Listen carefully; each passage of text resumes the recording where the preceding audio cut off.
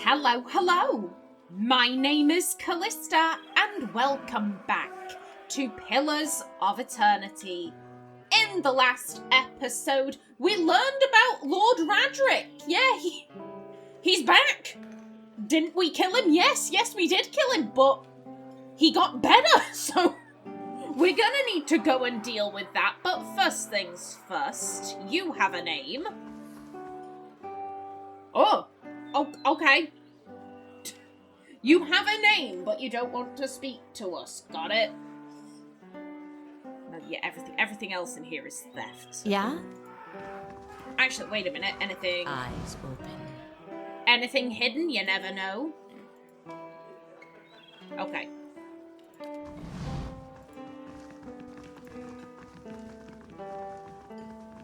Now that we're still looking for, I'm pretty sure the guy said, the dying monk, I'm pretty sure he said, oh yeah, my people are here.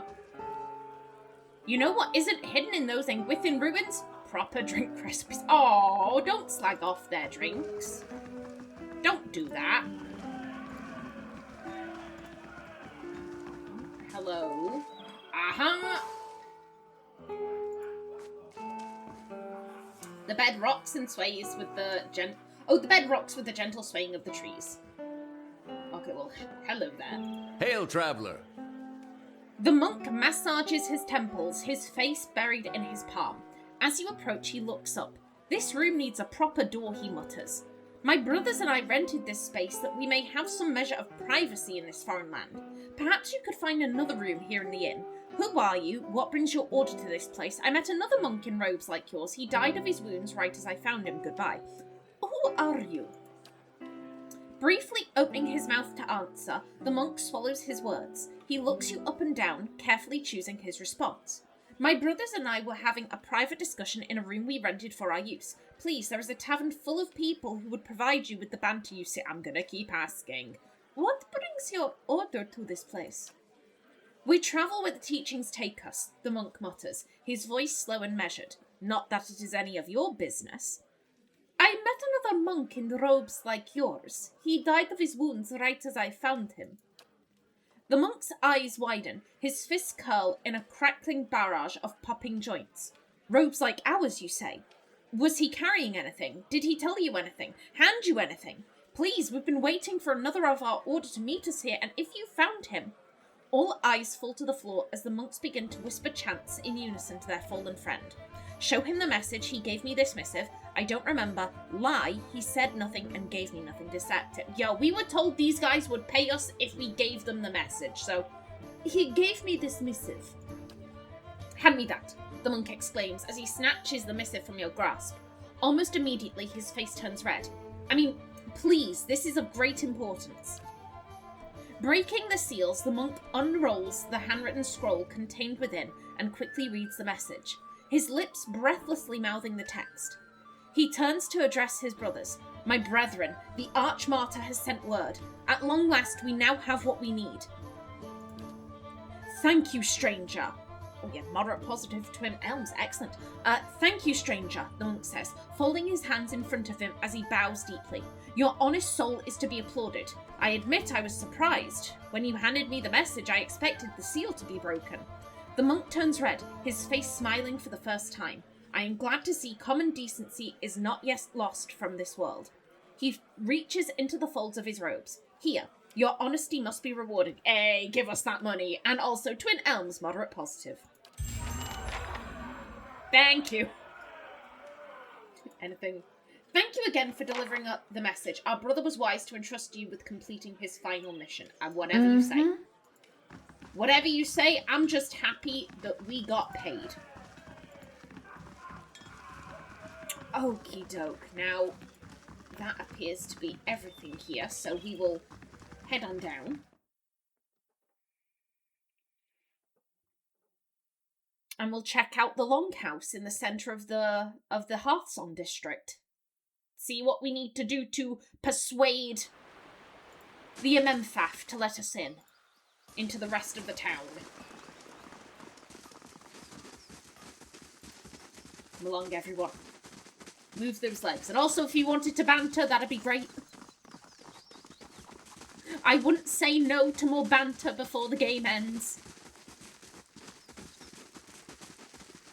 Now then. You're right. Step lightly, foreigner. Fair play.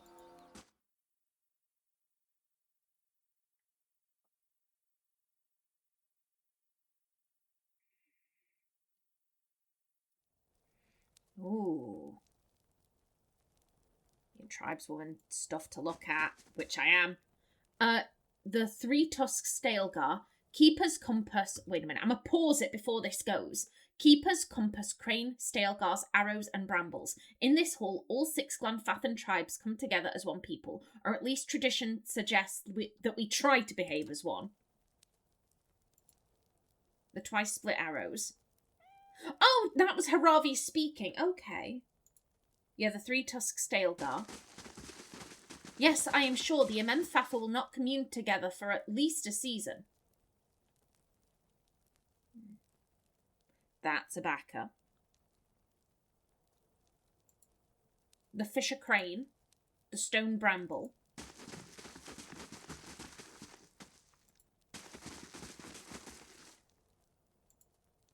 The Guided Compass.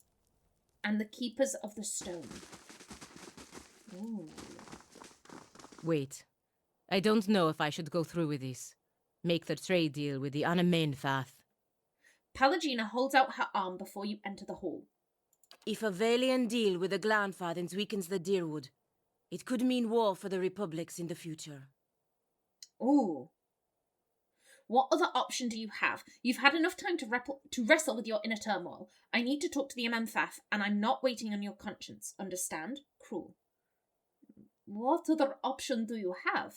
I could put the idea in the Anamenfath's head that the Republics are not interested in exclusive trade, but limited trade of goods that they do not already trade with the Deerwoodens. Oh, it's the right thing to do. The Deerwoodens are at the mercy of the Republics, and they don't even know it. Your actions today can prevent future suffering. Benevolent. Follow your heart, Pallegina. You alone know what must be done. Passionate. If you do that, I doubt the Dukes will be forgiving. Consider your options carefully, Pallegina. The ramifications for yourself and these nations could be great. Diplomatic. That's a terrible idea, and the Dukes will surely eject you from the Brotherhood if you go through with it. Stop and think for a minute. I'm not gonna lie, I'm inclined to say follow your heart, because I think this goes over Ximena's head. To be completely frank, Ximena, I've said it time and time again, Ximena doesn't make long-term plans. She is very much what is immediately in front of me, and I will deal with that. I'm not thinking about the long-term consequences. What she's doing right now, has been the most long-term planning she has ever done in her life. She is very much okay, immediate threat. Oh, that's caused this, now I deal with that. Oh, and that's caused this, and now I deal with that. She doesn't plan. She's not a planner. So I think this idea of we're gonna sort out these treaties, and okay, what does this mean for the Republics, and what does this mean for the Deerwoodens, and what does this mean for the Glanfathans? I think Ximena's just yo, I don't understand any of that. You're the diplomat here. You're the, emissary. You're the one making these trade deals. Do what you think is right. This isn't my job, lovey. You do you. Follow your heart, Pallegina. You alone know what must be done. She nods her head resolutely. Yeah, I did pick the one I wanted. Okay. Now then, hello. Ooh. The dragon's skull is brown with age and polished smooth. Another Estramore. What do you want? A middle-aged Orlan woman stands at the back of the longhouse, an expression of irritation on her narrow features. As you approach, she takes a decisive step towards you. I want to visit the other districts of Twin Elms. I'm looking for another who passed through the city. None of your business. I feel, considering we know, or at least I'm pretty sure Theos was here, and he's gone where he shouldn't have gone. Two people were at the front of the city discussing this. And he's gone to somewhere sacred and people are upset about it. Coming in and being like, oh, I want to visit the other districts. Oh, well, we let a guy in recently and he's fucked us all over, blah, blah, blah, blah, blah. Whereas if we're like, oh, I'm looking for a guy, the enemy of my enemy is my friend, I feel like this is more disarming. Because he'll have to give us access to the other districts to find him. Yeah. I'm looking for another who passed through the city. Few Estramoran are given the freedom of our sacred city. That you ask for this person is suspicious. There are reasons we don't let you Estramoran roam our sacred city.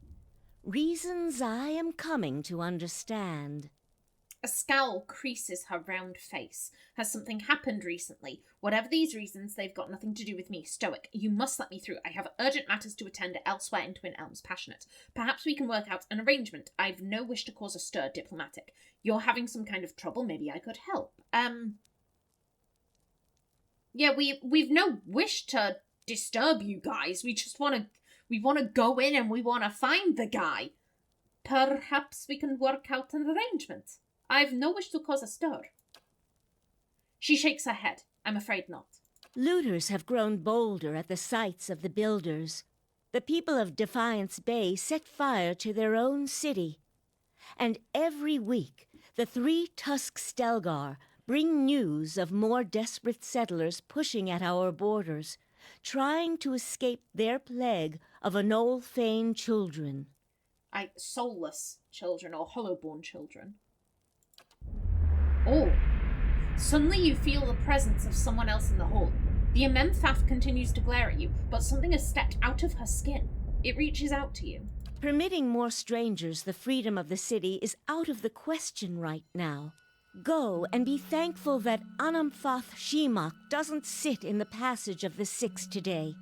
He would not be so kind as I.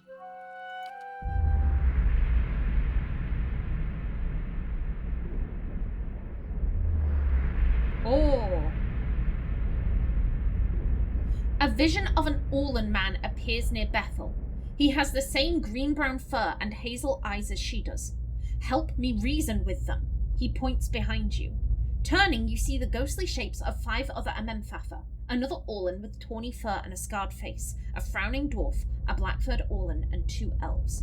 Who's that other Orlan? He looks just like you. Law 10, requirement not met. Perception 14, you're angry about something. I hear it in your voice. What is it, bro? Yeah. You're angry about something. I hear it in your voice. What is it? Are the outrages I listed for you not enough? Trouble brews, and none of it is my choosing. The spectral Orlan takes another step from her, setting his foot down with a slow, heavy motion. Tendrils of essence strain between them, and he grimaces and leans forward as if struggling against a gale. The angry Anamenfath winces. War. The spectral Orlan's voice is a rasping croak. They're headed for war. Remind them of Feralt's warning. Does Feralt's warning mean anything to you? I see the soul of an old Orlan Anamenfath with your eyes hovering right next to you. You're headed for war. Yeah, name drop. Does Feralt's warning mean anything to you? Feralt's soul image gasps. Taut threads of essence tug at him, drawing him back into the Anamenfath. He looks up at you again.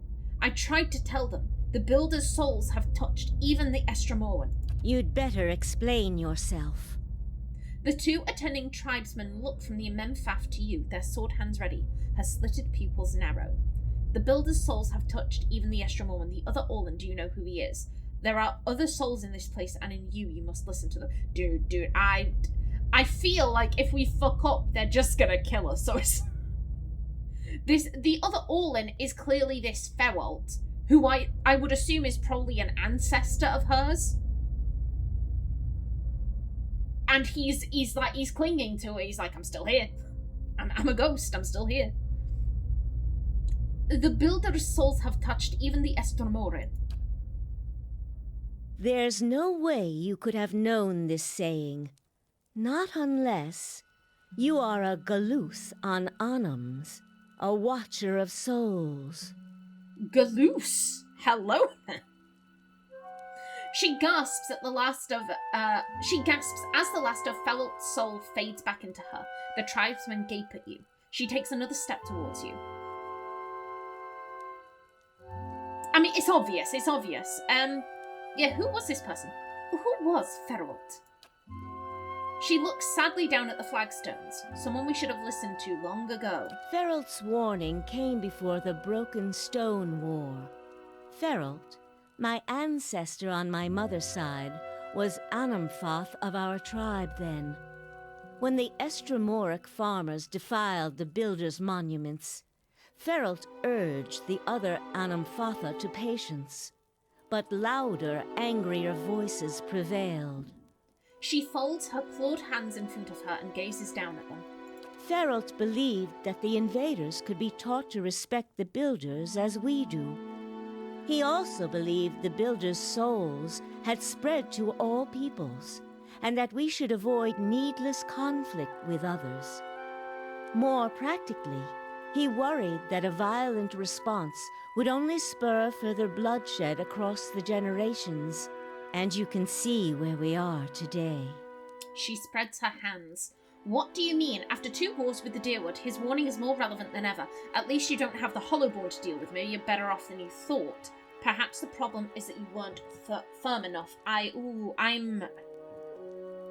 mean, what do you mean? Like, the Glanfathans are constantly at war with the Deerwoodens. Maybe at war is too strong a term, but they're constantly fighting. There's a lot of bloodshed on both sides. Yeah. After 2 wars with the Deerwood, his warning is more relevant than ever. While Feralt's words were shrewd, they were ignored back then.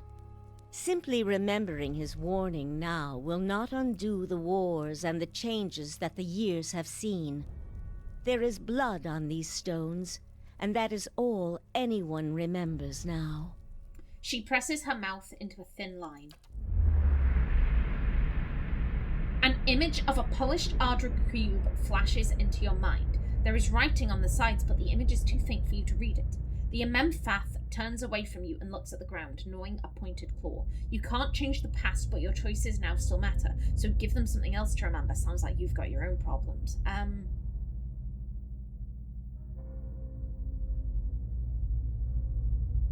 Yeah, you can still divert your course. You can't change the past, but your choices now still matter. She looks at you sadly. Yes, that is the problem. Another Estromor came through here a few days ago, and, well, letting him through was a mistake. One I am eager not to repeat. The Guided Compass tribe has a reputation for being too soft with Estromoran. One that will not be improved by my failure to stop this man who has desecrated our most sacred sites. That sounds like the man I came here to stop, honest. Maybe I could help, benevolent. Then now's the time to fix things, rational. I know nothing of this man, what's the harm in letting me through? Deceptive. Here's the thing,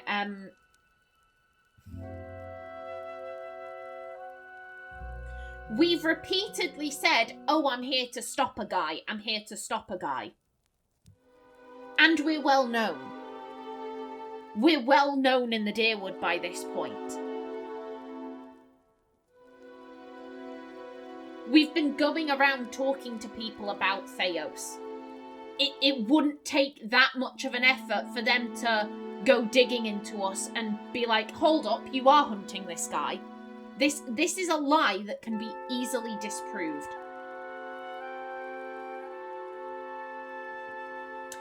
In that case, we're going to lie by omission. We're not going to say one way or the other.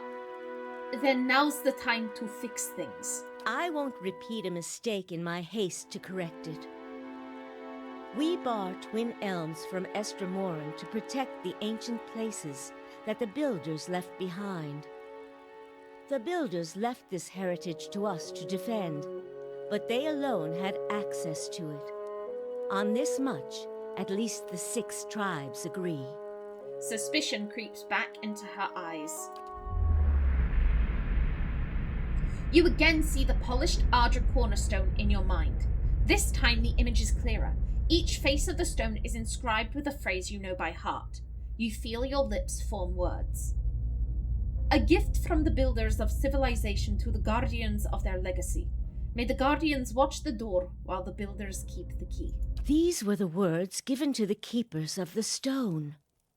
Bethel stares at you, her tiny pointed teeth visible through her gaping mouth. I know, what do they mean? So can I enter the rest of it? We've given you! We've given you the passphrase, let me in. I think she'd be...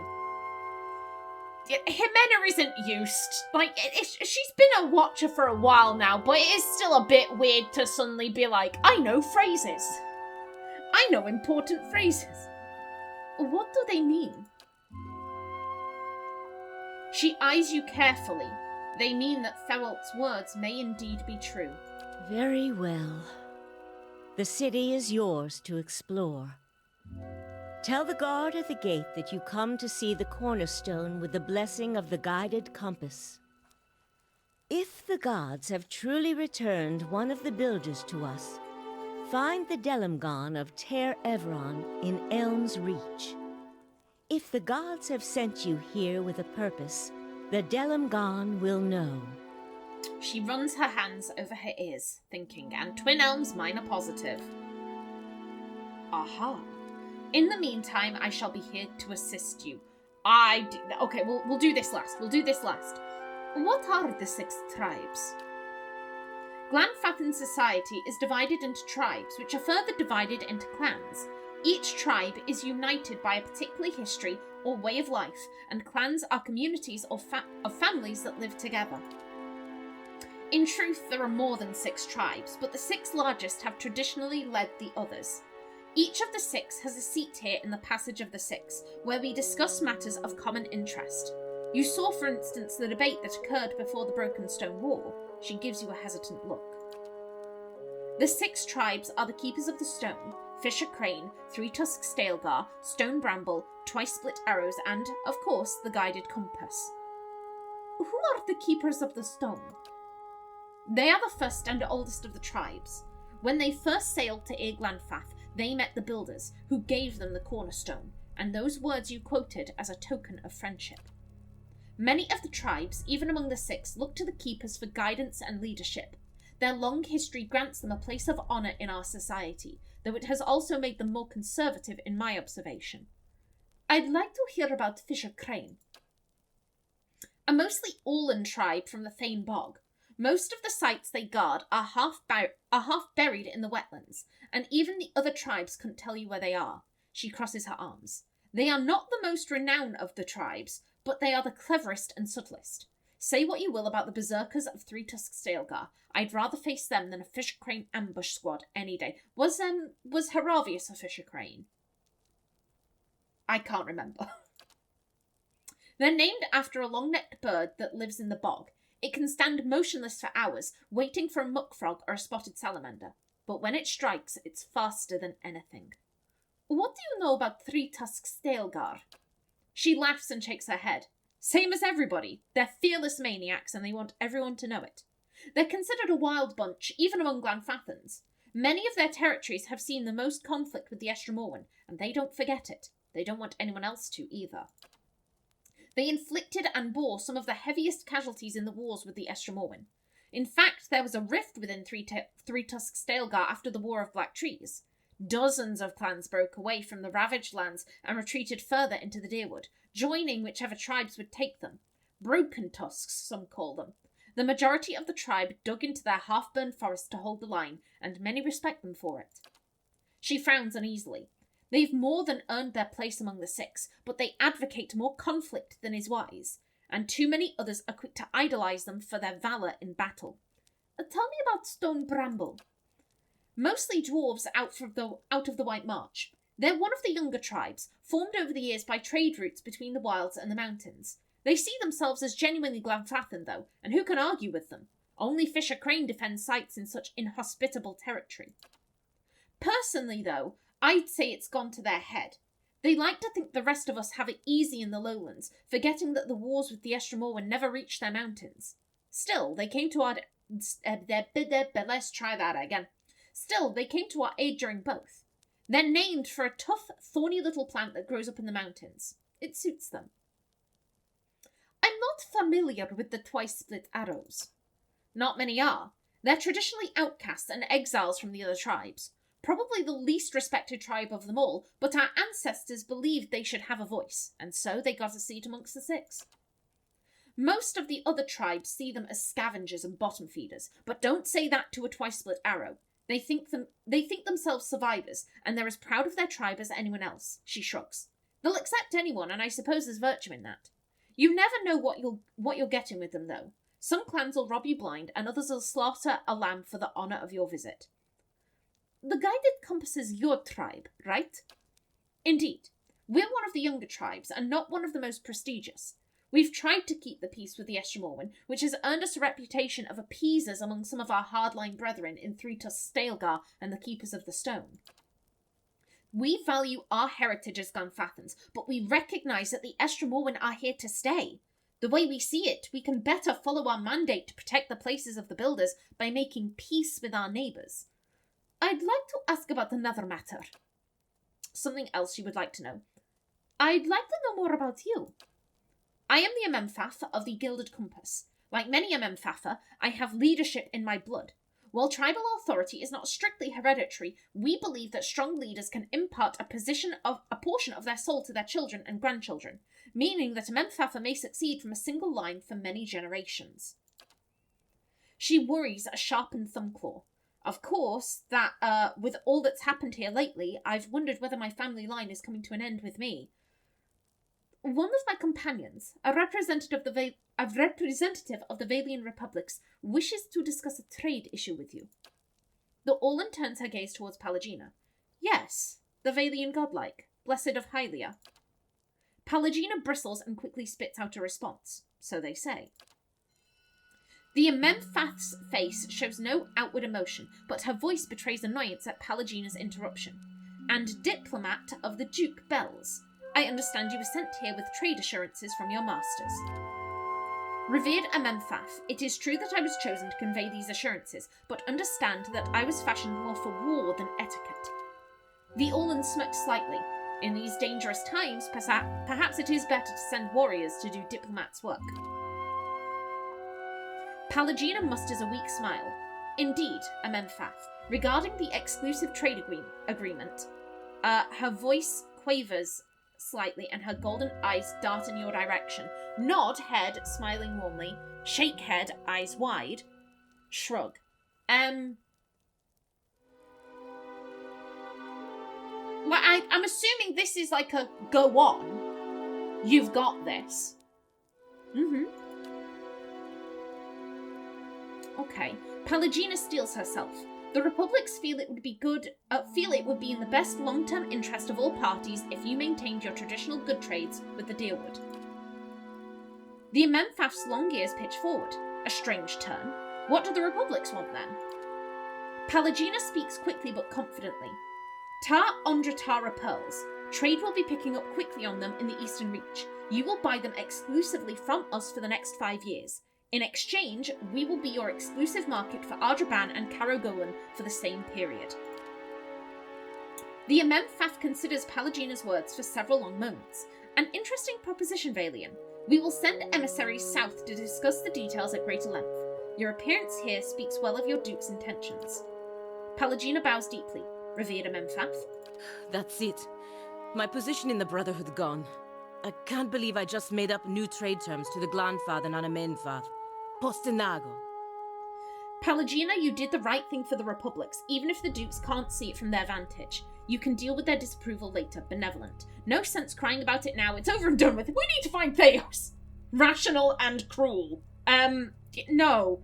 Like, here's the thing, like, Ximena loves her country. She is very proud of being from the Republics, but, like, she's some randomer. She's a random con woman. Like, she's proud of where she comes from. She wants the Republics to thrive, but, like, she's not built for this. She's like, yo, you deal with the trade agreements. Like, I trust you. I trust you have the Republic's best interests at heart. Like, we both love our homeland. I'm going to assume you know what you're doing. I'm gonna back you, because I have no clue what's going on. Palagina, you did the right thing for the Republics. Even if the Dukes can't see it from their vantage. You can deal with their disapproval later. Verus. They have a saying in Biajepe. New gold clears even the oldest debts. If I'm right, all will be forgiven. If not, there's nothing I can do about it now. Okay, well... Oh, hello. Lover's Light added. Yeah, and you're being escorted. Okay, well, Quest completed. There we go. Yes, in the next episode, I think we could head further into the city. I want to do a bit of side